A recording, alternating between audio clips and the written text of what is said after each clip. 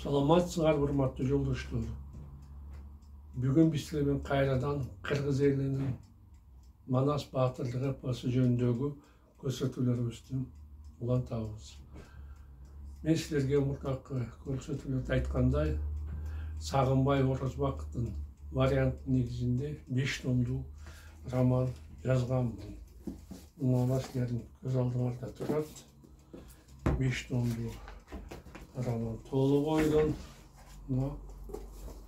Бул 5 томдуу романды мен Кыргыз Республикасынын Билим берүү Академиясынын текшерүүсүнөн өткөзүп, азыркы учурда мектептердин программасына Манас эпосун окууда кошумча окуу куралы катары сунушталган.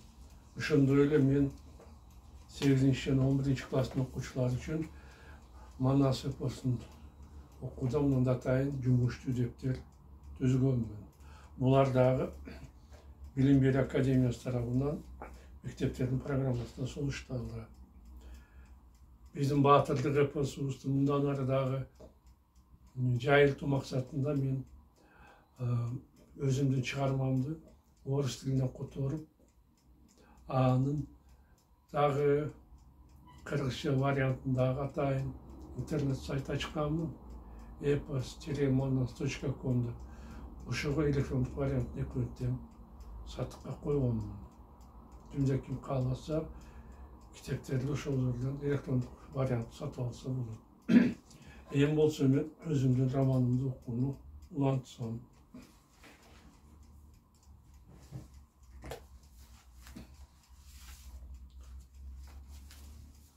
Манас Мубакүлдү сыртынча колуна булгап алып, калмактардын туусун көздөй бет алды. Калмактын чыгаан баатыры чабышууга камынып, кабыландай чамынып, күндөй болуп күркүрөп, көргөндүн бою дүркүрөп, кылчай басан соңуна Манастын келди оңуна. Эки баатыр бир саганга токтошуп, бири-бирин тешеттиктешти. Не кайнаткан ысыктан кара терге чөмүлгөн, түмөндөгөн жоопкерлердин аттарынын туяктарына асманга чыгып жаткан чаңдан жүздөрү бозала болгон душмандар чарчаганына карабастан айыгышкан салгылашууга даяр экендиги алардын чечкиндүү түсүнөн көрүнүп турду. Балбандар аттарын теминип чабуулга өткөндө Манас озунуп таалыкты сыр найдасы менен боорго сайды. Анысы чайрайына соотту кабаты менен талкалап, калмактын сыртынан 1,5 кезор коюп чыгып калды. Ачууланган арстан ээр оор экен дебестен калмакты найзанын учуна көтөрүп алды. Каттуу оорудан эси болуп калган таалыктын денесинен кан шыркылабага баштады. Манас аны жерге түшүрө койбостон колун алып барып булактырып жиберди. Жерге күү менен түшкөн калмактын ошол жерде жаны чыгып, жарык дүйнө менен кош айтышты. Артына кайтып, Манас туунун түбүндө турган жоокерди найза менен сулатканда калмактардын эси чыгып качышты. Кыргыздын 50.000 аскери кыргын салып жапырып, жылгындынын кең арал оюн көздөй дыргытып, бакылдатып калмакты таалга найза мулгутуп, базарда калган тооктой башын өзү ыргытып, эң калган Чебен каласына жулунуп киришти. Ушундай ири ийгиликке казактардын колу да жетишти. Алардын башчысы Айбаты жұрттан бөлөкчү Айдаркан уулу Эркөкчү 150.000 аскери менен куш мурундун оюнан чалбардын беши чабдардын белин ашып, челек жол менен кырашып, алма коюрга Илебиндин элине кирип барды. Каны өлүп, карып болгон калмактар анын колуна каршылык көрсөтө алышпады. Казактар айгай сагылып, Азиретти бакырып, Айдаркандап бакырып, чабуул коюп кириптир. Жайыттан калмактын малына тийиптир. Дагы бурут келди деп чагалалап чуркурап, чачын жулуп буркурап, калаанын эли ойбойду салды. Казактар кокуйлатып, ээсин короосу менен кой айдап, өгіз менен танасын таңыраңдатып қуалап, күлігін үйірінен, мүлкін үйінен алып, қамады қандын ордосын, қақты баштық дорбосын. Қызыл қырғындан аман қалу үшін қалмақтар қазақтарға 190 жорғоны жана Илебинин ағасы Чыңшабайдың қызы Будайбекті 9 жолдош қызу менен тартууга берүүгө аргасыз болушту. Айдархан қалаанын эли каршылык көрсөтпөсүн атышпастан багынып бергенине шүгүр кылып, аламанды аранда зорго токтотту. Ошондон кийин Будайбекти эркекче алып, алма коюрда казактар 6 күн дем алышты. 7-нчи күнү калың кол күн батышка Абанташ ата суюк дөбөгө бет алып, Кашкел Дуу калаасына каптап кирди. Канча издесе да алар бир адамды таппады. Себеби калмактар калаасын каңгыратып бошташтап, Абан доонун жонуна качып кетишти. Алардын Акынбешимге барышынан чучулап, Көкчөнүн аскери белге жарак илинип, бет алган жагы бүлүнүп, Кашкелдин элин табабыз, учураса чабабыз деп, узун агач, чамалган суусун өрдөп бойлошуп, калмактардын артынан кууп жөнөштү. Жолунда жолуккан анча-мунча калалыктардын кээ бирин чабышып, калганын кызматын салышып, оюн сууга жетип барышты. Ар тарапка чалгынчыларды жиберип, качкындардын көпчүлүгү Абандынын жонунда яткандыгын билгенден кийин эркекче 60 000 жооктерин чабуулга жиберди. Алар качкындардын артынан жетип барып, каршылык көрсөткөндөрдү чаап, каран түнгө салышканда калмактар качып, Коңгордун уулу Бешекелдин 320 аскерине барып кошулушту. Бул учурда Кашкас удагы Кеймен шаарынын элине аттанган эр үлбү 150 000 кол менен ала белди ашып, Кароолсун кармашып, Чоңолтун байлашып, Даңгүл калаа башына жетип барды. Кыргыздар жооруга найза салышып, жолуккандын баарысынын алмадай башын алышып, артынан тозоң булатып, көсөмсүгөн калмакты көчөсүнө сулатып, Кытайдын шаарын бүлдүрүштү. Даңгүлдү башкарган Кеймен шаанын кызы Ойсалкынын сулуу эки кеминдеги элин сактап калуу үчүн эр үлбүгө күйөөгө тийгенде талоончулук токтотулуп, калаада тынчтык өкүм сүрдү. Кыргыздардын 130 000 колун башкарган Бакай хан эр үлбүдөн эч кандай кабар болбогондугуна тынчсызданып, Боомго жетип барып, калмактар менен уруш салды. 7 күндүк салгылаштан кийин кысымга чыдабай, калмактар Боролдойдун талаасы менен Кичи Абансуу калаасына качышты. Карарып жаткан багы, калдайып жаткан тамы, Най менен бөлгөн суусу, алтын ачык туусу бар Кичи Абансууну бул учурда Коңгур Жаңжоң менен эр Бешекел башкарып турушкан. Ар тараптан качып келип жыйылган элдин саны 300 000ге жеткендиктен калмактар кыргыздардын чабуунун токтотконго үмүт кыла башташты. Бирок алардын тилектери орундалган жок. Себеби кыргыздар шаарга 3 тараптан ат коюшту. Жогору жакта Кашка жол менен Өргөнүн колу, бет маңдайдагы Булак жолдон Бакай калаага чабуул коюшса, ылдый тарапта Капчал, Терең коо, Карлуу, Кыя тоо менен эркекче Аламанды салды. Алар айгайлаган калмактын башын ылдый жапырып, тозоңун тоодой сапырып, таар кыясын кең кылып, өлүгүн кушка жем кылып, толкутуп канын сел кылды. Боролдойдун оюнан, Улуу чуунун боюнан аман эсен кошулган Айдархан, Бакай, эр үлбү аскерлери менен калмактардын артынан тыгымсыз кууп жүрүштү.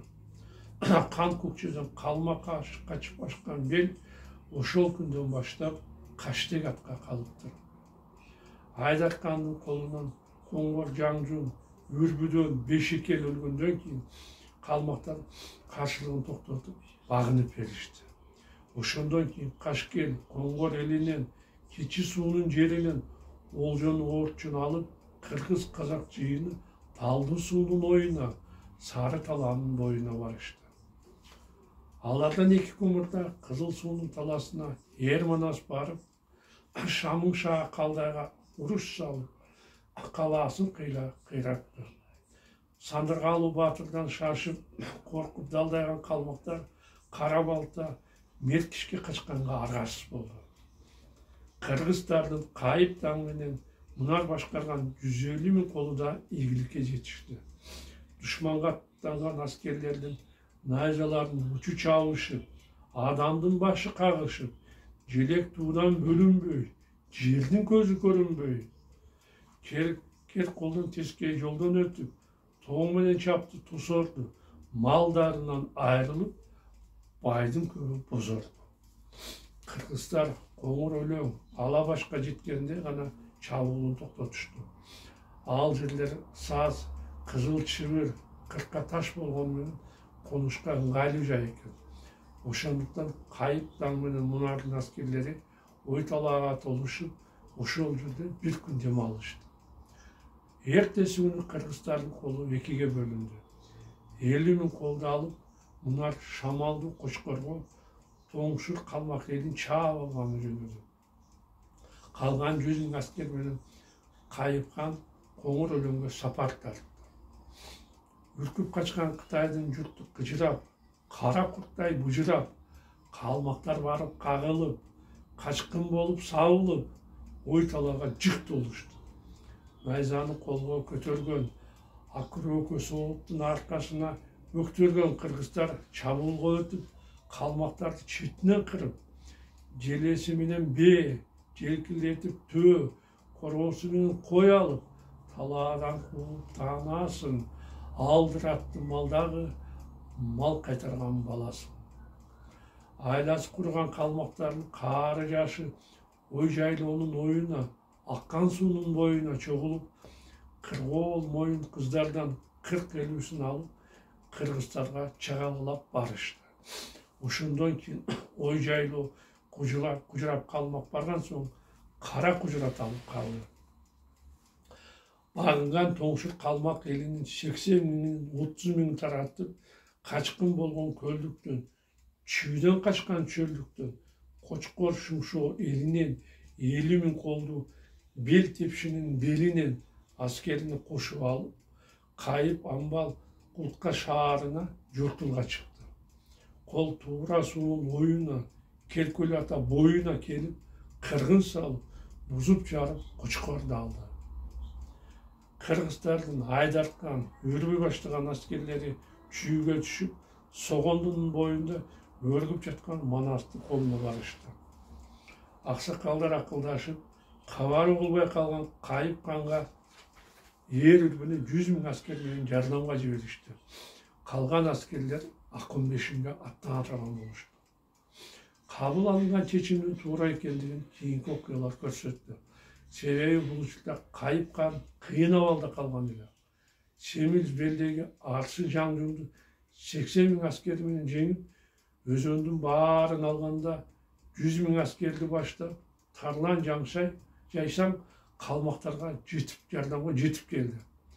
Мурдагы салгылашуулардан чарчаган кыргыздардын алы келбей алсырап, адамынын кыйласы найза тийип кансырап, Тарландын кучоосунда калышты. Алардын жашоодон үмүт үзүлүп калганда, тууну тууга урдуруп, чуусу кулак тундуруп, 100 000 аскер менен эр жардамга келип, эрдемсинге калмактарга мүлүк салды. Соккуга чыдабай, калмактар ат соорусун салып, жарым өзөнгө, калгандары тоого качышты. Чечен, Үрбүй, Мунар хан калмактарга кыргын салган жер ошондон кийин Каракол атка калыптыр. Бирок сынып алгандан кийин Кайып хан 150 000 аскер менен 2 баш элин айып, Майыстан, Терек, Келинташ, Кара күндөн өтүп, Култкага жол тартты. Муну уккан Култка кыргыздарды өз күчү менен жеңе албашын түшүнүп, жардам сурап, кат жазып, Анжыяндагы Алы Океге Кубайыс аттуу балбанын жиберди. Катты окугандан кийин хан Алы Оке күүлөнүп, каарданып сүйлөнүп, бетине мылтык алгандан, мергенсініп қалғандан, чуып жаа тартқандан, чоң кичини аткандан, көйлөк күл салгандан, күшү толук балбандан, сундуруп найза салгандан, журт бийлеген зардалдан, баатырлык аттанып, маалым болуп калгандан 200 миң аскер шайлап Курткага жардамга жөнөттү. Ер ардалык Шүмшөк аяр баштаган бул кол Чолок кайыңды, Баяр Шорону басып өтүп, Кара тоонун боюнда өлүп жаткан Кайып хандын аскерине жолугуп чабуулга өттү. Айгызган салгылоштон кийин калмактар алапайын таппай, согушуп каярат кыла албай, качканга аргасыз болушту. Кыргыздар сазайын берип, Анжан тоосун ашырып, алар таң атканча сүрүштү. Калмактардын 200 миң аскердин 15 миң гана кутулуп, Алоокеге кайтып барышты. Кайып хандын аскери болсо, оор шалгоошудан 2 күн дем алып, аяк башын жыйынып, 3-чү күнү Сумшоого Курткага жөнөдү. Ага бара жатканда Бойгуттун журтун алып, черүү кол белге чыгып, аяк башы ат чабым айдын чалкар Дүбүр көлдү көрдү. Көлдө каз, өрдөктүн көбү сүзүп, албан түрлүү чөп өсүп турат. Мал бакканга ыңгайлуу, чеңири жайлуу төрү кызыл тазыл болуп, көздүн жоосун алат. Алтындан курган тактадай сонун көл бол деп аскердин баары суктанып, ошондон кийин Дүбүр көл, сонун көл, Соң көл аталып калыптыр. Соң көлдө бир аз эс алып, көп аскер Мургак коо менен ылдый салып, ак теректи бөйлөп Сумшоого жетти. Ушул мезгилде шаарга экинчи тарабынан Тогуз булак тоосунан эл билби баштаган 300 миң кол бастырып келди. Курчоодо калган калмактар канчалык өжөрлөнүп аракет кылышса да, чоң колду жеңе албады. Куртка хан жанын огунан өлгөндөн кийин Сумшоонун эли кыргыздарга багынып беришти. Шаарды 6 күн дем алып, Кайып хан Эбике деген калмакты Сумшоонун элине кан көтөрдү. Кийин ал Соң көлдү ашып, Жумгал Кочкорду басып, Чүйдүн 11 жылга оюндагы Чагыр суунун боюнда Акын бешинин салгып жаткан Манаска жардамга жетип келди. Кайып хандан 16 күн мурда келген Камбардын уулу Айдархандын колун кошуп алып, Манас баатыр Акын бешинге каршы аскери менен жөнөдү. Мына урматтуу жолдоштор, биздин көрсөтүүбүз соңуна жетти. Мен силер менен коштошомун. Кийинки жолу жолугушканча саламатта болгула.